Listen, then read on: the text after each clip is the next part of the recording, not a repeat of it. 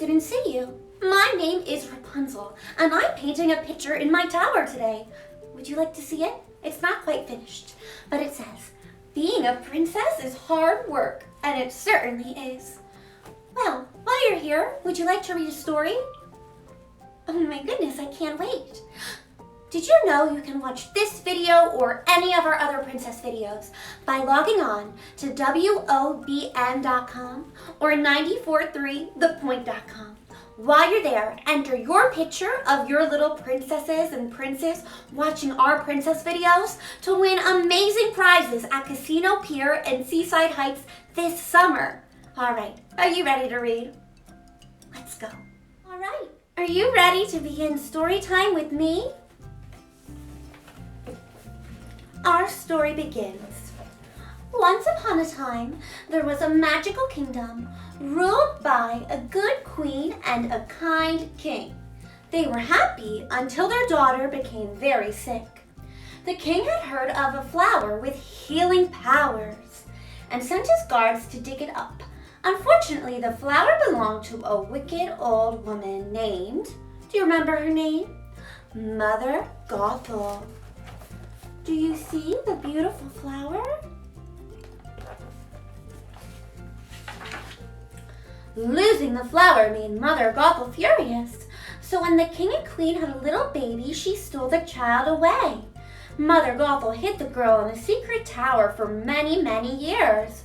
It turned out Rapunzel's hair, which was very, very long, had the same healing powers as the flower. And do you see how long my hair is? It's miles and miles long. Let's see what happens next.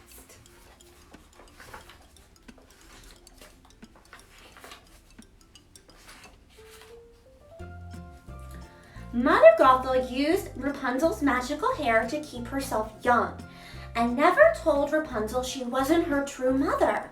Uh-oh, that wasn't good. The queen and king never forgot about their little lost princess. Each year on her birthday, they sent lanterns floating through the night sky. Trust me, pet, Mother Gothel said. Mother knows best. She made me believe that the outside world was a scary place and it was dangerous. I'd never been outside my tower before. One day, Mother Gothel went away. Before long, someone climbed the tower, and bang! I knocked him out with a frying pan. Isn't that silly? The man, Flynn Rider, was a thief on the run from the palace guards. Rapunzel searched in his bag. Inside was the stolen crown, and she tried it on. Rapunzel knew that this was her only chance to see the floating lights. Flynn could be her guide outside the tower. When Flynn woke up, she offered him a deal. Deal, Flynn asked? He was still dazed from the frying pan. Rapunzel showed him a painting of the lights. Take me to these, please. Flynn shook his head. No can do. He was trying to hide from the Stabbington brothers, two thieves that he'd been in business with. The palace guards were still chasing Flynn. And do you see how I went bang with the frying pan? That wasn't very nice of me. And then I used my magical long hair to climb down the tower. And for the very first time, I smelled flowers and fresh air and watched the beautiful sun. Still, I felt nervous. Mother Gothel said the outside world was scary. And Mother Gothel wouldn't lie. Or would she? What do you think? Was Mother Gothel telling me the truth? Is the outside world a scary place? Let's see what happens. Flynn tried to frighten me into going home. And then he thought he took me to the scariest place he knew. A funny tavern called the Snuggly Duckling. There it was full of thugs. The thugs glared at Rapunzel, but when she sang about her dream of seeing the lanterns, they all became friends. The men even showed Rapunzel and Flynn a secret passage out of the tavern. Just in time, too. The palace guards had tracked down Flynn and his stolen crown. As they were escaping, Flynn hurt his hand on a sharp rock. Uh-oh. That night, Rapunzel wrapped her hair around it, and his hand was healed. Flynn was amazed. So Rapunzel explained about her magical hair.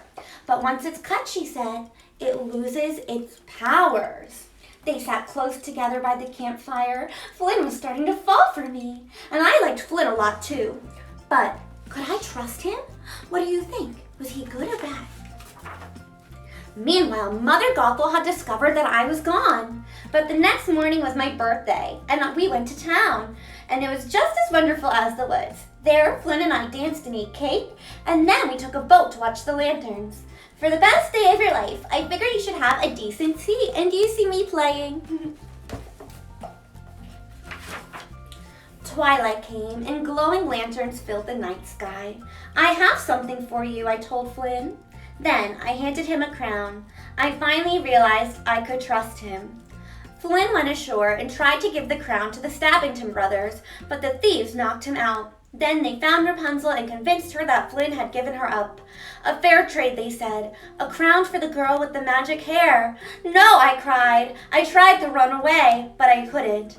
Thump, crash, Mother Gothel rushed in. She rescued Rapunzel from the thieves. She didn't tell Rapunzel she told the brothers to try to capture her in the first place. Uh-oh. Mother Gothel and Rapunzel returned to the tower. But Rapunzel couldn't stop thinking of everything she'd seen. And then suddenly, everything fell into place. I'm the lost princess, I realized. Mother Gothel froze. It was you, Rapunzel said bitterly. I shouldn't have been hiding from you.